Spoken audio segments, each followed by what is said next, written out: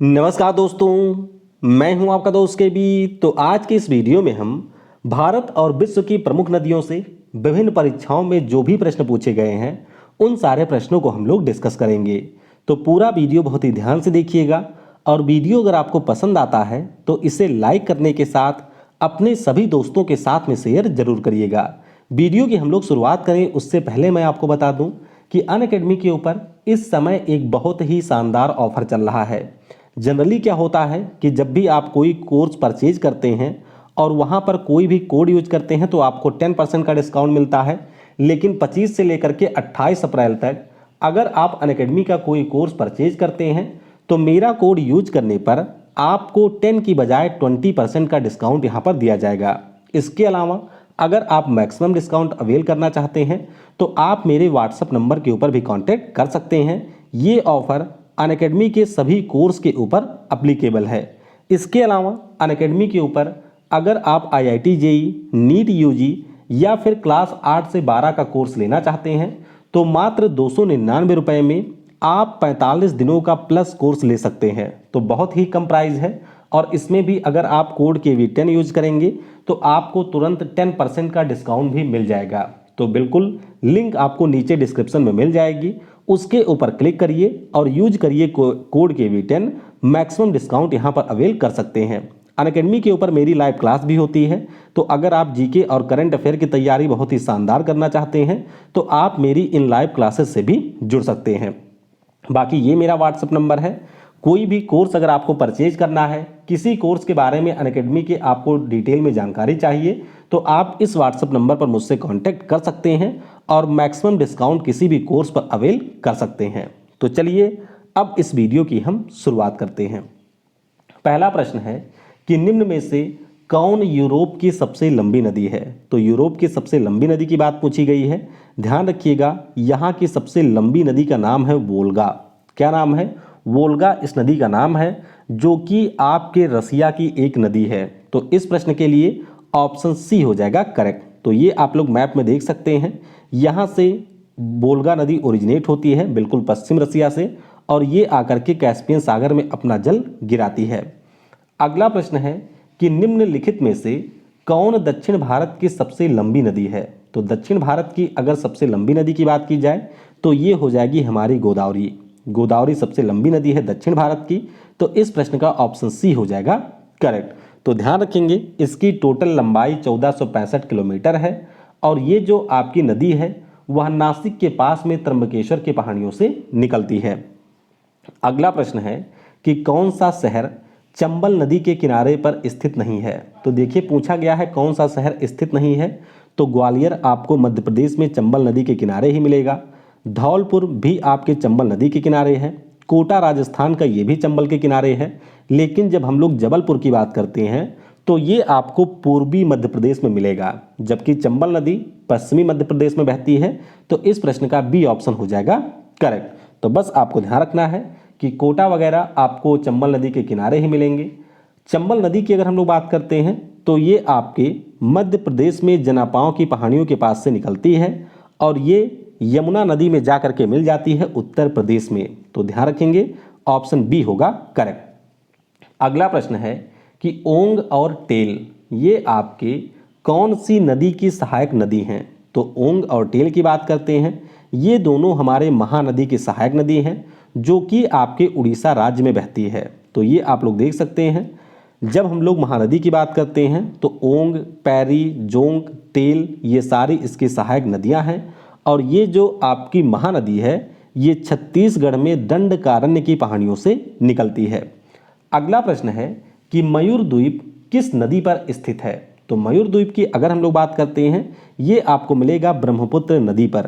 किस पर है? ब्रह्मपुत्र नदी के ऊपर आपको मयूर द्वीप मिलेगा और ब्रह्मपुत्र नदी में ही जो हमारा सबसे बड़ा द्वीप है जिसका नाम माजुली है वो भी आपको ब्रह्मपुत्र नदी में ही देखने को मिलेगा। अगला प्रश्न है कि लोहित नदी किसकी एक सहायक नदी है। तो लोहित नदी के बारे में अक्सर पूछा जाता है। लोहित नदी की बात करें तो ये हमारे ब्रह्मपुत्र की सहायक नदी है, यानी कि इस प्रश्न का ऑप्शन ए हो जाएगा करेक्ट। तो सहायक नदियों से सबसे ज़्यादा प्रश्न पूछे जाते हैं, तो कृपया करके जो भी हमारी प्रमुख नदियां हैं उनकी सहायक नदियों के बारे में अच्छे से पढ़ लीजिएगा। जैसे ब्रह्मपुत्र की बात करें तो लेफ्ट साइड से जो इसकी सहायक नदियां हैं उसमें आपका ल्हासा रिवर हो गया, न्यांग है, पारलुंग है, लोहित है, धनसरी है और आपकी है कोलोंग रिवर। उसी प्रकार से राइट साइड ट्रिब्यूटरी की बात करें तो कौमेंग river, Manas river, Beki river, Raidak river, Jaldhaka river, Teesta है और आपकी है सुबनश्री। तो ये सारी नदियां आपकी पूछी गई हैं, ध्यान रखेंगे, ए ऑप्शन हो जाएगा करेक्ट। अगला प्रश्न है कि अफ्रीका में जो विक्टोरिया जलप्रपात है ये किस नदी पर स्थित है। तो ये प्रश्न भी काफ़ी बार पूछा गया है, ध्यान रखिएगा। विक्टोरिया जलप्रपात आपको जाम्बेजी नदी पर मिलेगा। किस पर है? जाम्बेजी नदी पर है। तो इस प्रश्न का सी ऑप्शन हो जाएगा करेक्ट। तो बस आपको ध्यान रखना है कि जाम्बिया और जिम्बाब्वे की सीमा पर यहाँ पर आप लोग देख सकते हैं ये नदी बहती है और इसी के ऊपर आपको विक्टोरिया फॉल देखने को मिलेगा। अगला प्रश्न है कि निम्न में से कौन सी नदी है जो कि अरब सागर में जाकर के गिरती है। तो अरब सागर में जो गिरने वाली नदी है इसका नाम है माही। क्या नाम है? माही इसका नाम है। माही मतलब महेंद्र सिंह धोनी की बात नहीं हो रही है, यहाँ पर माही का मतलब एक नदी है। बाकी ऋषिकुल्या की बात करें तो ये उड़ीसा में बहती है, कृष्णा आपके बंगाल की खाड़ी में जल गिराती है और पेन्ना भी जाती है बंगाल की खाड़ी में। तो इस प्रश्न का यहाँ पर ऑप्शन ए हो जाएगा करेक्ट। तो ये आप लोग देख सकते हैं मध्य प्रदेश से हमारी माही नदी निकलती है विंध्य रेंज से और ये आपके आकर के बे ऑफ खंबात में अपना जल गिराती है। अगला प्रश्न है कि निम्न में से कौन सी नदी गंगा की एक सहायक नदी नहीं है। तो ध्यान से अगर आप लोग ऑप्शन पढ़ेंगे तो गोमती भी गंगा की सहायक नदी है, चंबल भी सहायक नदी है। चंबल डायरेक्टली नहीं है लेकिन चंबल यमुना में मिलती है, यमुना फिर गंगा में मिलती है, तो चंबल सहायक है। बेतवा भी इसकी सहायक नदी है। लेकिन भीम नदी की बात करें तो ये गंगा की सहायक नदी नहीं है, ऑप्शन डी हो जाएगा करेक्ट। भीमा रिवर की अगर हम लोग बात करते हैं तो ये हमारे कृष्णा नदी की सहायक नदी है जो कि आपको तेलंगाना और हैदराबाद में देखने को मिलेगी। अगला प्रश्न है कि कौन सी नदी है जो कि 10 देशों से होकर के बहती है। तो 10 देशों से होकर के बहने वाली जो नदी है इसका नाम है डेन्यूब। क्या नाम है? डेन्यूब इसका नाम है। तो इस प्रश्न का ऑप्शन डी हो जाएगा करेक्ट। कहाँ पर ये नदी बहती है? तो ये आप लोग मैप में देख सकते हैं। ये जो नदी है वो आपके यूरोप में बहती है। Germany, Austria, Slovakia, Hungary, Croatia, Serbia, Bulgaria, Romania, Moldova और यूक्रेन, इन सभी से होकर के ये नदी बहती है। फाइनली ब्लैक सागर में जाकर के अपना जल गिराती है। डी ऑप्शन होगा करेक्ट। अगला प्रश्न है कि कोल्हापुर शहर निम्न में से किस नदी के किनारे स्थित है। तो कोल्हापुर शहर की बात करें ये आपको पंचगंगा नदी के किनारे मिल जाएगा। कहाँ पर है? पंचगंगा नदी के किनारे है। और कोल्हापुर के जो चप्पल हैं वो काफ़ी ज़्यादा फेमस भी हैं, इनको जीआई टैग भी मिला हुआ है। तो ए ऑप्शन हो जाएगा करेक्ट। अगला प्रश्न है कि शंख नदी और दक्षिण कोयल नदी के मिलने से किस नदी का उद्गम होता है। तो ये भी काफ़ी शानदार प्रश्न है, CHSL में पिछले साल पूछा गया था। शंख नदी और दक्षिण कोयल नदी जब आपस में मिलती हैं तो इसके बाद में इनका नाम होता है ब्राह्मणी। क्या नाम हो जाता है? ब्राह्मणी इनका नाम हो जाता है। और ये नदियाँ आपको मिलेंगी उड़ीसा में। तो यहाँ पर आपको ध्यान रखना है कि शंख और कोयल नदियों के मिलने से ब्राह्मणी नदी का निर्माण होता है जो कि उड़ीसा राज्य में बहती है। अगला प्रश्न है कि गिरि और सोम्ब ये आपकी किसकी सहायक नदियां हैं। तो गिरि और सोम्ब की बात करते हैं, ये हमारे यमुना की सहायक नदियां हैं। किसकी हैं? यमुना की सहायक नदियां गिरि और सोम्ब हैं। तो इस प्रश्न का ऑप्शन बी हो जाएगा करेक्ट। यहाँ पर आप लोग देख सकते हैं ये सोम्ब नदी है जो कि हरियाणा में बहती है और ये आपकी गिरि नदी है जो कि बहती है हिमाचल प्रदेश में। तो वैसे आपको ये भी ध्यान रखना है कि सोम्ब नदी हरियाणा की है, गिरि नदी हिमाचल प्रदेश की है, लेकिन फाइनली ये दोनों नदियां यमुना में जाकर के मिल जाती हैं। अगला प्रश्न है कि यरला, वेन्ना और डिंडी ये आपके किसकी सहायक नदियां हैं। तो यरला, वेन्ना और डिंडी की बात करते हैं, ये हमारे कृष्णा की सहायक नदियां हैं। तो इस प्रश्न का ऑप्शन बी हो जाएगा यहाँ पर करेक्ट। तो ये देख सकते हैं यरला नदी है जो कि आपके सांगली और सतारा जिले में बहती है महाराष्ट्र के। उसी प्रकार से बेन्ना रिवर की बात करें तो ये भी महाराष्ट्र में बहती है। डिंडी नदी की बात करें तो ये आपके तेलंगाना में बहती है। लेकिन ये जो सारी नदियां हैं वो आपके कृष्णा की सहायक नदी हैं। अगला प्रश्न बहुत ही ज़्यादा आसान है कि गंगा नदी बिहार को कितने भागों में बांटती है। तो बिहार के बीचों बीच से जाती है गंगा नदी और ये इसको दो भागों में बांटती है। तो इस प्रश्न का ऑप्शन डी हो जाएगा करेक्ट। अगला प्रश्न है कि जब नदी एक पहाड़ी से निकलती है और सभी दिशाओं में बहती है तो इस प्रकार के ड्रेनेज पैटर्न को क्या कहा जाता है? तो इस प्रकार का जो अपवाह तंत्र है इसको कहा जाता है रेडियल। क्या कहा जाता है? रेडियल कहा जाता है। इस प्रश्न का ऑप्शन सी हो जाएगा करेक्ट। तो ड्रेनेज पैटर्न की अगर हम लोग बात करते हैं तो ये हमारे टोटल 7 प्रकार के होते हैं। यहाँ पर आप लोग इन्हें देख सकते हैं। जबकि अगर हम लोग रेडियल वाले की बात करें तो इसका सबसे महत्वपूर्ण एग्जाम्पल है अमरकंटक। अमरकंटक की जो चोटी है वहाँ से आपको 3 नदियाँ मिलेंगी। सोन नदी है, नर्मदा नदी है और यहीं से आपकी निकलती है वोहिला नदी। तो ये आपको ध्यान रखना है। अगला प्रश्न है कि ब्रह्मपुत्र की सहायक नदी कौन सी है जो भूटान में बहती है? तो ब्रह्मपुत्र की सहायक नदी जो कि भूटान में बहती है, नाम इसका है मानस। क्या नाम है? मानस इसका नाम है। और ये नदी आपके मानस नेशनल पार्क से होकर के असम में बहती है, फाइनली जाकर के मिल जाती है ब्रह्मपुत्रा में। तो डी ऑप्शन हो जाएगा करेक्ट। यहाँ पर आप लोग देख सकते हैं ये छुटकी सी जो नदी है इसी का नाम है मानस। अगला प्रश्न है कि चंबल किसकी सहायक नदी है? तो ये मैंने आपको ऊपर ही बता दिया है। चंबल जो है वो हमारे यमुना की सहायक नदी है। अब यहाँ पर आप गंगा टिक नहीं करेंगे। अगर ऑप्शन में यमुना ना होता तो आप लोग गंगा को टिक कर सकते थे, लेकिन ऑप्शन में आपके यमुना है तो आप लोग यमुना को ही टिक करेंगे। इस प्रश्न का ऑप्शन डी हो जाएगा करेक्ट। अगला प्रश्न है कि रुषिकुल्या नदी निम्नलिखित में से किस राज्य से होकर प्रवाहित होती है? तो रुषिकुल्या नदी की बात करें, ये बहती है उड़ीसा से। कहाँ से? उड़ीसा से ये बहती है। तो इस प्रश्न का ऑप्शन डी हो जाएगा करेक्ट। अगला प्रश्न है कि अलकनंदा नदी डैश डैश और भागीरथी खरक ग्लेशियर से निकलती है। तो अगर हम लोग अलकनंदा नदी की बात करते हैं तो ये आपकी सतोपंथ ग्लेशियर से निकलती है। किससे? सतोपंथ ग्लेशियर से ये नदी निकलती है। तो डी ऑप्शन हो जाएगा करेक्ट। ये आप लोग देख सकते हैं कि सतोपंथ ग्लेशियर से हमारी विष्णु गंगा निकलती है, मिलाम से आपकी धौली गंगा निकलती है। दोनों नदियां आकर के विष्णुप्रयाग में मिलती हैं और उसी के बाद में इसका नाम होता है अलकनंदा नदी। तो ये अच्छे से ध्यान रखिएगा। ये मिलने वाले जो पॉइंट हैं ये आपसे पूछे जाते हैं।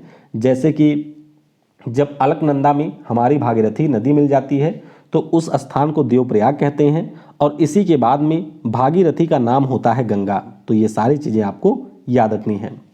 अगला प्रश्न है कि सियाप, तिरप और कामेंग इनमें से किस राज्य में पाई जाने वाली नदियां हैं? तो नाम से ही आप लोग अंदाजा लगा सकते हैं ये सारी नदियां आपको अरुणाचल प्रदेश में मिलेंगी, यानी कि ऑप्शन सी हो जाएगा यहाँ पर करेक्ट। अगला प्रश्न है कि निम्नलिखित में से किस नदी का जो उद्गम स्थल है ये आपकी राकस झील है? तो राकस झील की अगर हम लोग बात करते हैं, यहाँ से निकलने वाली नदी का नाम है सतलुज। क्या नाम है? सतलुज इस नदी का नाम है। तो इस प्रश्न का ऑप्शन सी हो जाएगा यहाँ पर करेक्ट। तो माउंट कैलाश के पास में आपको राकस ताल मिलेगा और वहीं से हमारी सतलुज नदी निकलती है। अगला प्रश्न है कि निम्नलिखित में से कौन सी नेपाल की सबसे लंबी नदी है? तो नेपाल की सबसे लंबी नदी की बात करें, इसका नाम है कर्णाली। क्या नाम है? कर्णाली रिवर इसका नाम है। तो इस प्रश्न का ऑप्शन डी हो जाएगा करेक्ट। अगला प्रश्न है कि कावेरी जल विवाद डैश डैश के बीच में है। तो कावेरी नदी के पानी को लेकर के जो विवाद है ये मुख्यतया आपको कर्नाटक और तमिलनाडु के बीच में मिलेगा और इसमें केरल और पुडुचेरी भी शामिल है। तो वैसे टोटल 4 राज्यों में है, लेकिन प्रमुख रूप से कर्नाटक और केरल के बीच में इस नदी के पानी को लेकर के विवाद है। डी ऑप्शन होगा करेक्ट। अगला प्रश्न है कि निम्नलिखित में से कौन सी नदी अरब सागर में गिरती है? तो भैया ये बहुत पूछा जाता है कि कौन अरब सागर में गिरती है। यहाँ पर आपका उत्तर हो जाएगा तापी नदी, गोदावरी, महानदी और कृष्णा। ये सारी नदियाँ जाकर के आपके बंगाल की खाड़ी में गिरती हैं, लेकिन तापी नदी की बात करें तो ये हमारे अरब सागर में गिरती है। बी ऑप्शन हो जाएगा करेक्ट। अगला प्रश्न है कि निम्नलिखित में से कौन सा शहर सरयू नदी के तट पर स्थित है? तो सरयू नदी के तट पर जो शहर है इसका नाम है अयोध्या। क्या नाम है? अयोध्या इस शहर का नाम है।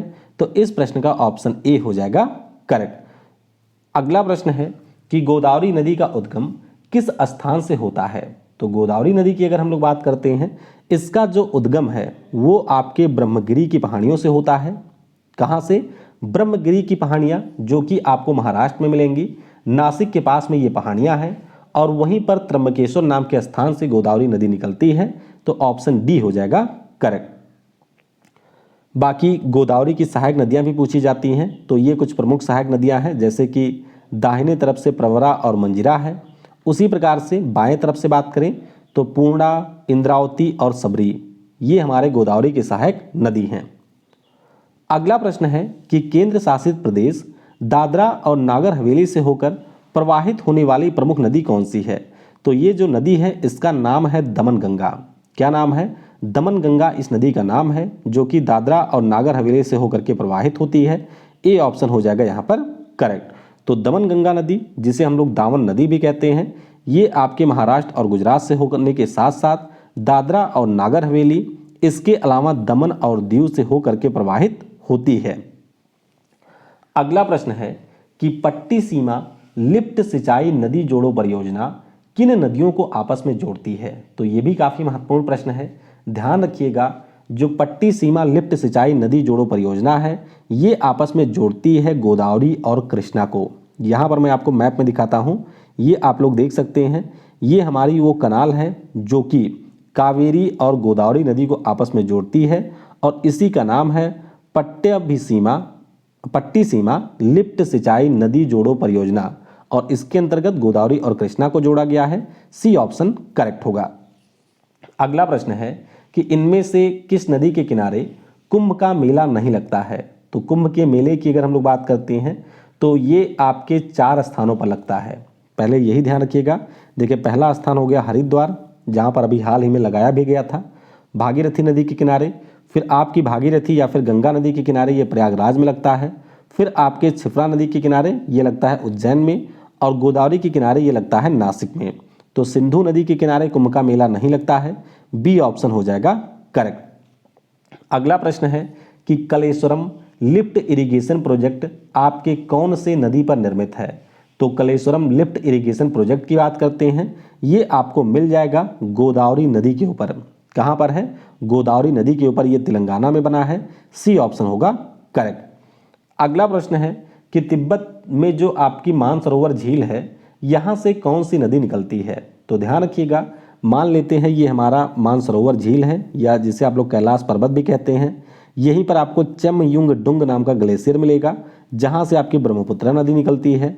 राकस ताल मैंने अभी आपको बता ही दिया कि राकस ताल से सतलुज नदी निकलती है, और यहीं से आपकी इंडस नदी भी निकलती है। यानी कि 3 प्रमुख नदियों का ये उद्गम है।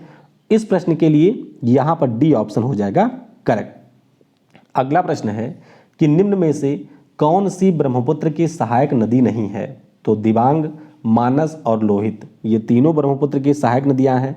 महादाई की बात करें तो ये ब्रह्मपुत्र की सहायक नदी नहीं है। ये नदी आपको मिलेगी गोवा के पास में। तो इस प्रश्न का ऑप्शन डी हो जाएगा करेक्ट। अगला प्रश्न है कि निम्न में से कौन सी नदी डेल्टा का निर्माण नहीं करती है? तो अगर हम लोग डेल्टा की बात करें तो ध्यान रखिएगा, जितनी भी नदियाँ, ध्यान दीजिएगा, जितनी भी नदियाँ हमारे बे ऑफ बंगाल में जाकर के गिरती हैं, इनमें से अधिकांश नदियाँ करती हैं डेल्टा का निर्माण। लेकिन वे नदियाँ जो कि आपके अरब सागर में जाकर के गिरती हैं, इन नदियों के द्वारा डेल्टा का निर्माण नहीं किया जाता है। ये आपकी एस्चुरी का निर्माण करती हैं। रीजन क्या है? क्योंकि डेल्टा के निर्माण के लिए आपको नदियों में चाहिए अवसाद, यानी कि उनके साथ में जो मिट्टी होता है, जब नदियों में वो पर्याप्त मात्रा में होता है तभी जाकर के वो डेल्टा बनाती हैं। लेकिन जो हमारे अरब सागर में जाने वाली नदियां हैं, ये मुख्य रूप से चट्टानी इलाकों से होकर के गुजरती हैं, तो इनके पास में ऐसा सेडिमेंट होता नहीं है। ठीक है, सेंटीमेंट नहीं मैं कह रहा हूँ, सेडिमेंट यानी कि अवसाद तो नहीं होता है, अवसाद इनके पास में, इसीलिए ये आपके एस्चुरी का निर्माण करती हैं। तो इस प्रश्न के लिए ऑप्शन नर्मदा हो जाएगा करेक्ट।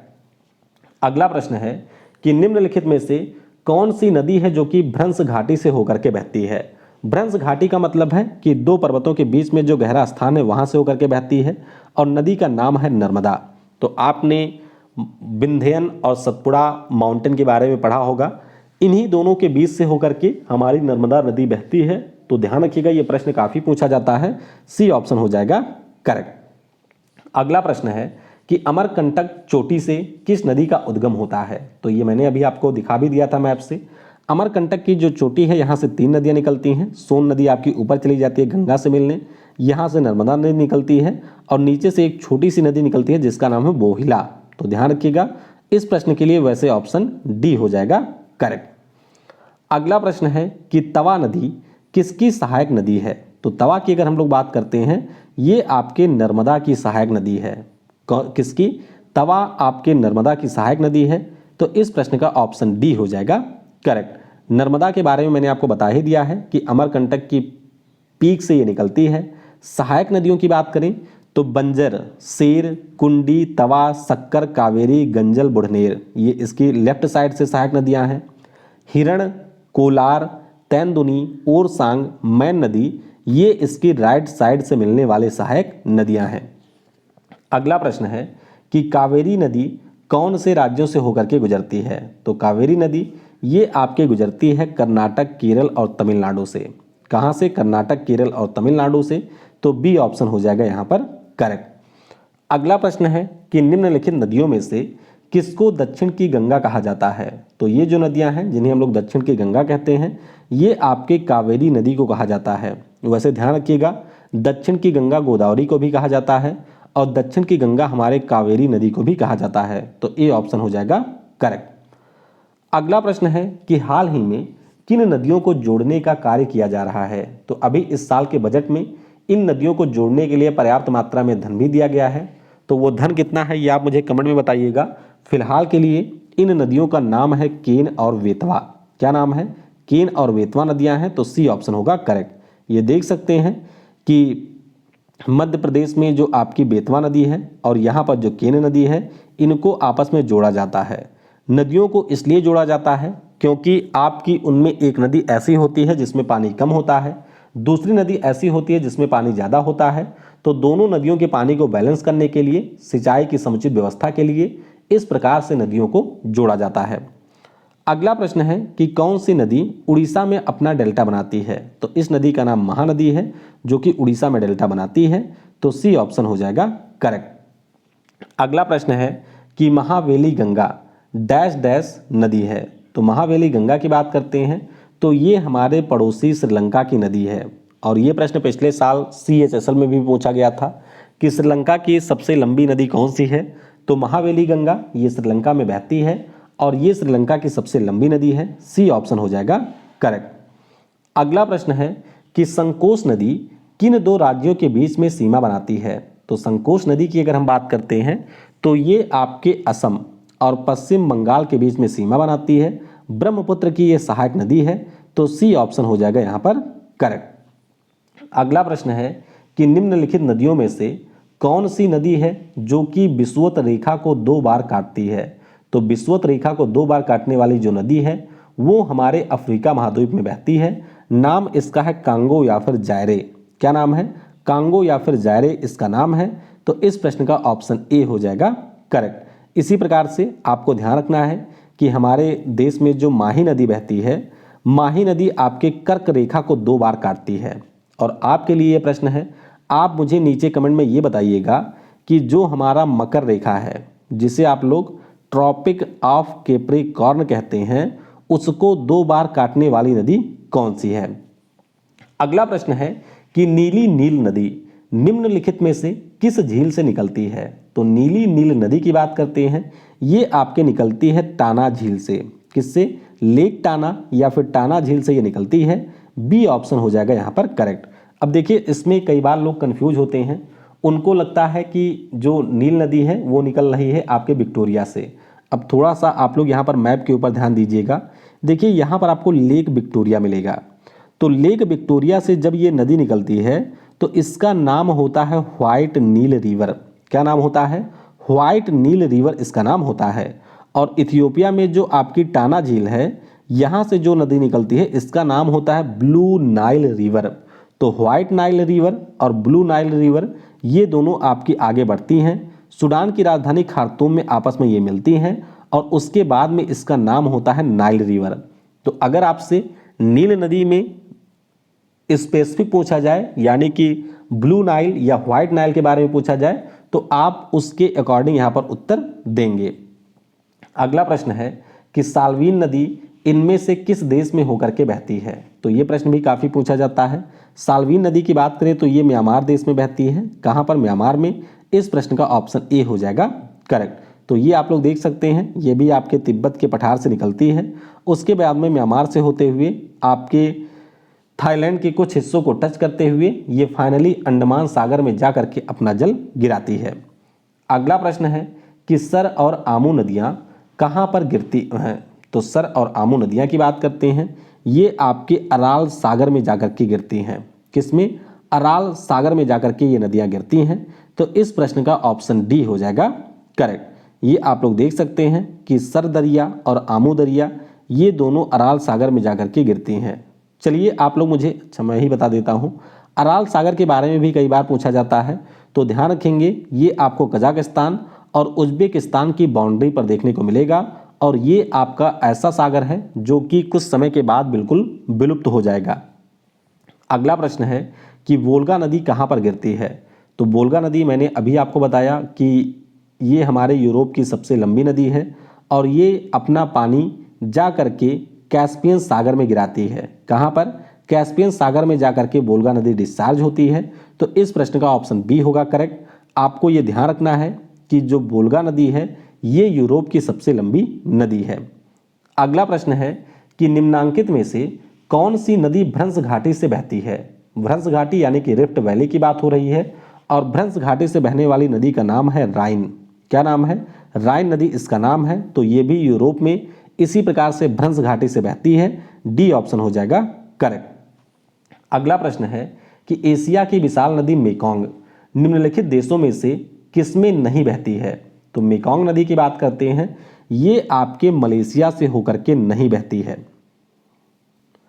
अच्छे से ध्यान रखिएगा कि जो मेकोंग नदी है वो आपके चीन से निकलती है। यहाँ पर आप लोग मैप में देख सकते हैं, ऊपर चीन से ये निकलती है।